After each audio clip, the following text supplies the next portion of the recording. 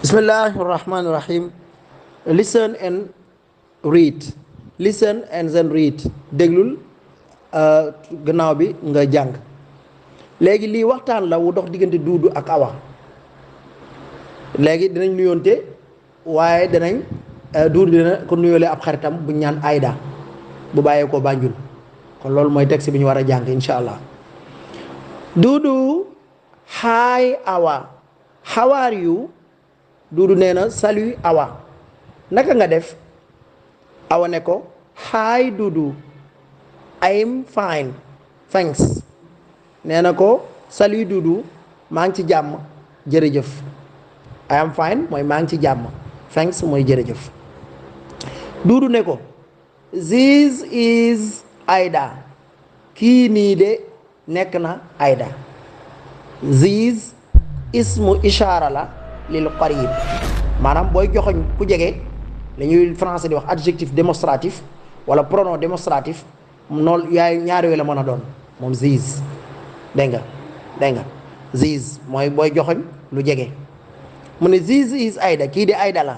she is from Banjul, mi ngi bàyyeekoo Banjul la bàyyeekoo. Aïda ne Aïda moom di bàyyeekoo Banjul te duudu di ko nuyole mu ne good to meet you awa, mu ne baax na dajeeg yow awa, mu ne ko rafet na dajeeg yow awa. awa ne ko hello Aïda, I'm from Thiès. ne ko salut Aïda, man maa ngi bàyyeekoo Thiès. awa mi nga xam ne duudu mi ngi koy nuyoleeg Aïda, awa ne ko salut Aïda, man maa ngi bàyyeekoo Thiès.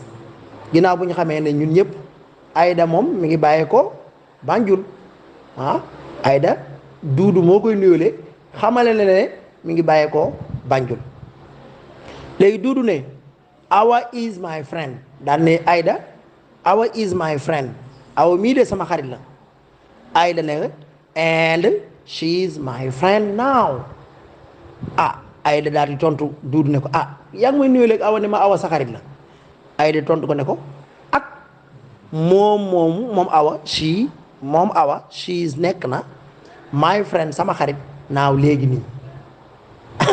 comme duudu yow mi yaa may nuyoleeg awa naan ma awa sa xarit la, man may jàpp naa ne tey jii nii wala léegi nii sama xarit la, ndax sa xaritu xarit sa xarit la.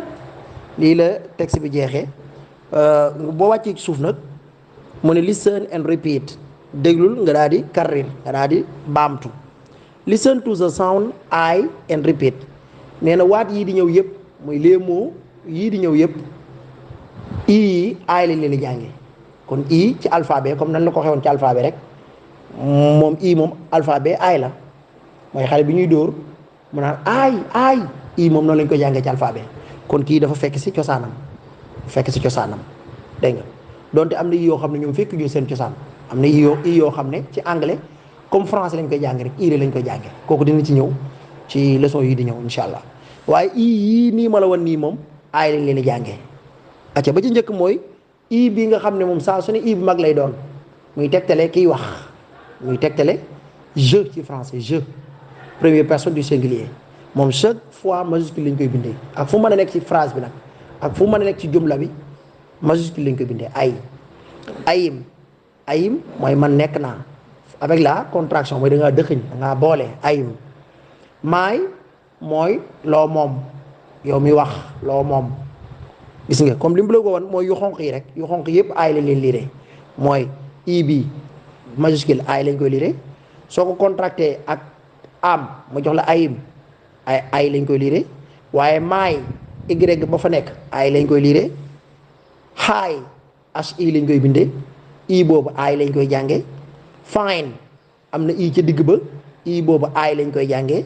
Aïda bu dee ci anglais moom i la koy tàmbalee. bu dee français moom mën naa bind di ko bind Aïda def ci ñaari tomb sax bu dee français, mais anglais moom nii lay bindee Aïda ndax i bi la jàngee ay mu jox ko Aïda. nice bii tekki rafet lu rafet comme ma ne I am very nice. mënoon nga wax na nga def how are you, ma ne I am very nice, I am very good, I am very fine. mën naa wax I am very nice. kon nice mooy lu rafet wala lu baax. nice mooy i bu fa nekk ay lañ koy jàngee. my word bank li may dolli ci sama mufradaat fine mooy jàmm, friend mooy xarit, ziz mooy wane lu jege moo xam ne li ngay wane nag nit la wala nekkul nit. ziz moom ñëpp ko bokkale comme arabe rek haza ñëpp ko bokkale. from bàyyee ko foo bàyyee ko. you ki nga jàkkaar lool wala ñi nga jàkkaar lool. to meet daje. how kayfa. thanks jërëjëf. kon kalimaat yi moo doolee ko ci samay mufradaat ñu ñëw nag ci ñaareelu page bi. kon page bii ñu noppi mooy page 10 nga doon ànd ak sa mbokk Ndiaga Dioum yàlla na yàlla barkeel sunu xam-xam.